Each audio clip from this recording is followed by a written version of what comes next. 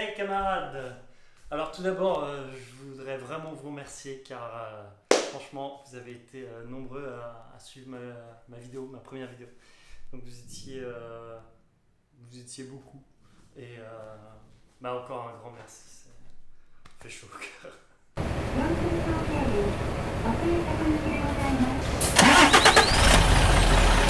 On va visiter l'appartement. Et juste avant ça, on va voir un petit peu les environs du quartier, si ça vous dit. Enfin bon, je vous laisse pas le choix. Et bien sûr, à la fin, ce que vous voulez tous savoir, combien je paye, combien je loue l'appartement. Quand on arrive à la gare, il y a un centre commercial, Tonari, avec pas mal de boutiques et un supermarché. Donc le nom de la gare, c'est Toga Mikita, comme il est écrit, comme vous pouvez lire. Donc on se trouve dans le sud d'Osaka. Donc je suis toujours confiné, puisque le confinement c'était 14 jours. Et du coup on va dire que les images qu'on voit là, c'est pas moi qui les ai filmées évidemment. Donc là, une petite station de vélo, comme à Amsterdam. Ils utilisent encore beaucoup le vélo au Japon. Et là on traverse un parc de la nature au Japon. Mais bon, on n'est pas à Tokyo en fait, on n'est même pas à Osaka, là on est au sud d'Osaka, c'est la banlieue. Et la banlieue, du coup, il y a des maisons, il y a des champs aussi. Alors des vaches, moi j'en ai pas vu encore. Donc Sakai, qui est la capitale des couteaux, enfin des lames en fait, voilà, des lames de samouraï à la base, et maintenant des couteaux qu'on peut trouver partout en fait. Dans le monde. Vous pouvez apercevoir ma magnifique résidence, mon HLM. Voilà, en fait, c'est des logements sociaux, mais pas exactement ça, je vous explique. Comme il y a beaucoup de vieux au Japon et que les vieux de ma femme habitent à Sakai, du coup, on a accès à un logement moins cher et moins beau. Alors, vous voyez, les bâtiments, ils ont un numéro, ça tourne par rond, 314. Sur la gauche, le fameux local poubelle. Voilà mon entrée, on va faire un tour de l'appartement tout de suite, suivez-moi. Donc voilà, je suis au 3e, mais en réalité c'est le 2e étage parce que les Japonais ils commencent à compter à partir du 1er. Donc il y a l'interphone là qui sert absolument à rien puisque de toute manière il y a un Judas et si les gens sonnent, je peux leur parler à travers la porte. Donc au Japon on enlève nos chaussures, après il y a une petite marche, donc tout l'appartement est surélevé par une petite marche. Donc on va commencer par une visite du salon. Petite porte coulissante comme on a un peu partout dans l'appartement, vous allez voir. Donc quand je dis salon, en fait c'est cuisine, salle à manger, salon, bureau. Donc là à l'entrée, il y a le four, il y aura un meuble ici. Donc ce qu'il faut savoir, c'est qu'au Japon, des grands fours comme on a en France, ils en ont pas tellement. La plupart des gens ils ont des petits fours comme ça, et encore pas tout le monde. Donc là, on va mettre toutes nos poubelles. Alors je dis toutes nos poubelles parce qu'une poubelle pour le verre, une poubelle pour les boîtes de conserve, le métal, une poubelle pour le papier, une poubelle pour le plastique. Il y aura également ce qu'il faut pour les bouteilles, c'est encore différent. Là, ce que vous voyez ici, c'est vraiment top. Ça permet de récupérer les petits déchets comme ça qui tombent au fond. Et on n'a pas ça en France et franchement, c'est cool, c'est pratique. Bon, le frigo, rien à dire, il est top. Il y a un compartiment à légumes comme ça. En bas, c'est le congélateur, un petit congélateur. La bouffe, on fera peut-être une vidéo là-dessus parce qu'il y a des choses différentes. Alors, ils sont quasiment toujours équipés au gaz au Japon. Et moi, je trouve ça super, je préfère. Dans les anciennes maisons, ils commencent à retirer petit à petit et mettre de l'électrique parce que les anciennes maisons, il y en a beaucoup qui ont pris feu. Donc ici cet appartement il est chauffé à l'air conditionné. Donc l'air conditionné qui permet de faire du chaud, du froid et même il y a un truc pour l'humidité. Les appartements plus récents en général ils ont une télécommande à l'entrée et on peut contrôler le chauffage dans toute la maison. Ah oui, une petite chose avec cette table là, et suivez-moi. Ouais. Bon, c'est une table chauffante en fait. Voilà. Donc comment ça marche?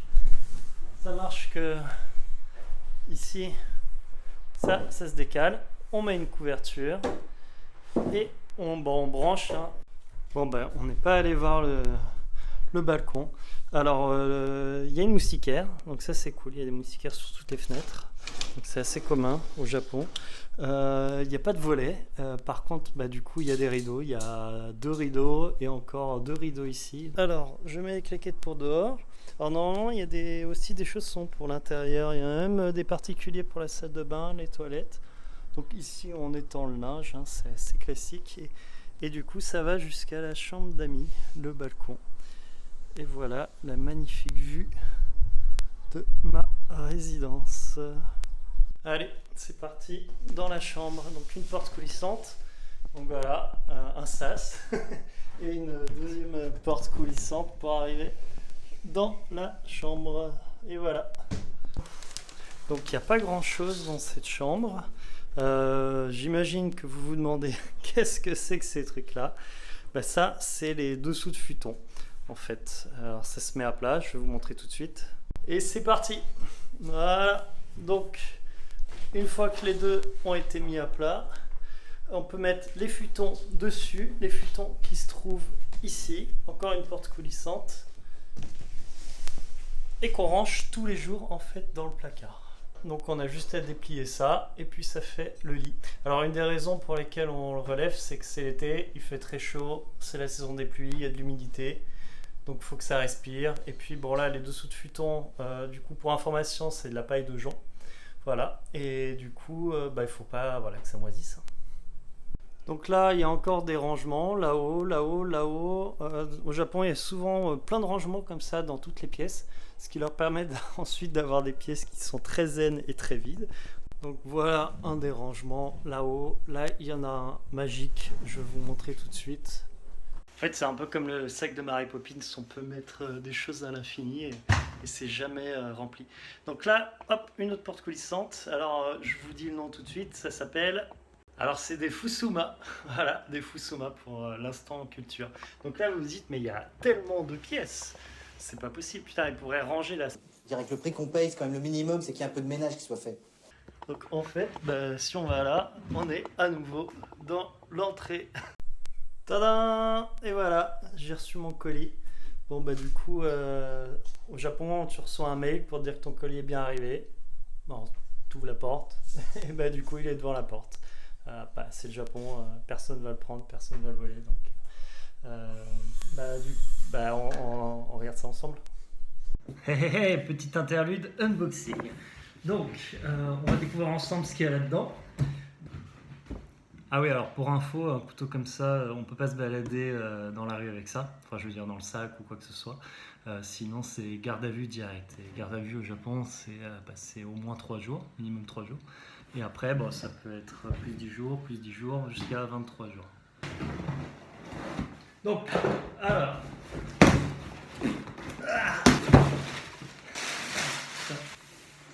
Donc tout d'abord, un micro. Alors là, on a un microphone de la marque Rode qui est très très connu, qui est pas cher du tout et qui est très pratique, qui est prévu pour les téléphones portables ou appareils photo. Donc, alors qu'est-ce qu'on a ici? Alors on a le Dead Cat, voilà, la moumoute, ici, et voilà le micro. Alors ici on a le support que je vais utiliser pour filmer, ça marche comme ça. Et l'intérêt c'est aussi que ça se visse sur un trépied. Donc voilà, on peut fixer un micro, une lumière, d'autres choses. Et donc ça je vais pouvoir l'utiliser dehors, je vais le faire tout de suite. Et aussi on va voir ça sur le trépied. Alors voilà, c'est un trépied qui m'a coûté seulement 20 €. Donc pour le prix, le truc comme ça, le cadre c'est à peu près une vingtaine d'euros, le micro une soixantaine d'euros. Voilà. Alors du coup, le trépied, vous allez voir tout de suite pourquoi j'ai besoin de ça. Et puis là je vais l'attacher, je vais vous montrer, parce que regardez ce que j'ai maintenant. Et voilà. Alors ça va être quand même vachement mieux et plus pratique. Unboxing bonus de ce que je vais manger à midi. Et voilà, des gyoza. Bon, c'est pas fini, hein. Il y a la chambre d'amis hein, pour ceux qui veulent venir me faire un petit coucou. Ou alors mon bureau, hein, je sais pas, ça, au choix. Mais c'est plutôt, je crois que je me suis fait avoir, hein, c'est plutôt un storage room, hein, dressing room. Donc c'est parti maintenant pour la salle de bain, donc qui va être fermée ici avec un rideau. Donc en fait la salle de bain elle est divisée en deux parties, ce qui est assez commun au Japon. Donc ici avec le lavabo, la machine à laver, voilà, et juste à côté la cabine de douche. La cabine pour la douche et la baignoire ici. Donc en fait tout est étanche, donc on prend notre douche ici, en général on s'assied, on fait sa toilette. Les bassines, c'est parce qu'on utilise souvent l'eau du bain. C'est un peu bizarre, mais je vais vous montrer ça tout de suite. Qu'est-ce qu'il y a là-dessous? Il y a l'eau du bain. Donc pourquoi est-ce qu'il y a l'eau du bain? C'est parce qu'en fait l'eau, on la garde plusieurs jours. Parce qu'au Japon, on ne prend pas notre bain quand on est sale. En fait, on se lave avant et après on prend le bain. Et on est plusieurs à utiliser l'eau du bain. Et du coup, c'est ici qu'on va régler la chaleur pour l'eau qui sort et puis l'eau du bain. Ensuite on appuie je crois sur ce bouton et ça chauffe l'eau à la température qu'on veut, donc ce qui nous permet de réutiliser l'eau plusieurs fois. Et un détail très cool sur les machines à laver au Japon, c'est ça. Donc ça, qu'est-ce que c'est? Ça, on vient le mettre dans l'eau du bain et en fait on va utiliser l'eau du bain pour faire notre machine à laver. Et bon, la machine à laver elle consomme pas énormément d'eau, donc c'est pour ça qu'en fait ça fonctionne et c'est très écologique, économique, c'est top. Bon, on va finir par le meilleur, mais vous allez être déçus parce que c'est des toilettes européennes classiques. Alors il y a juste un détail qui est cool. Ou deux. Alors déjà on peut choisir un peu d'eau ou pas beaucoup. Et en fait quand on tire la chasse, donc là c'est pas beaucoup. Voilà, on peut se laver les mains ici. Et bon là il manque le savon, mais c'est de la balle. Et puis bon, juste aussi autre chose, le PQ, franchement le PQ on pourrait rouler des cigarettes tellement il est fin. J'aime pas du tout. Et voilà, merci à tous et à la semaine prochaine. Non, bon, alors, plus sérieusement, le prix, c'est 52 000 yens. Donc ça fait à peu près 0,015 bitcoin. Ouais, c'est pas cher. Donc on est sur 48 mètres carrés, ça je l'ai pas dit. Et du coup, l'appart est rénové, ça vous l'avez vu. Alors le fait que je sois étranger n'a pas du tout posé de problème pour cette location, du fait qu'on soit marié. Et ben si on n'avait pas été marié. Merci d'avoir suivi cette vidéo jusqu'au bout. Si vous avez des questions, mettez-les en commentaire, moi je me ferai un plaisir d'y répondre. Et ben à bientôt. Jane.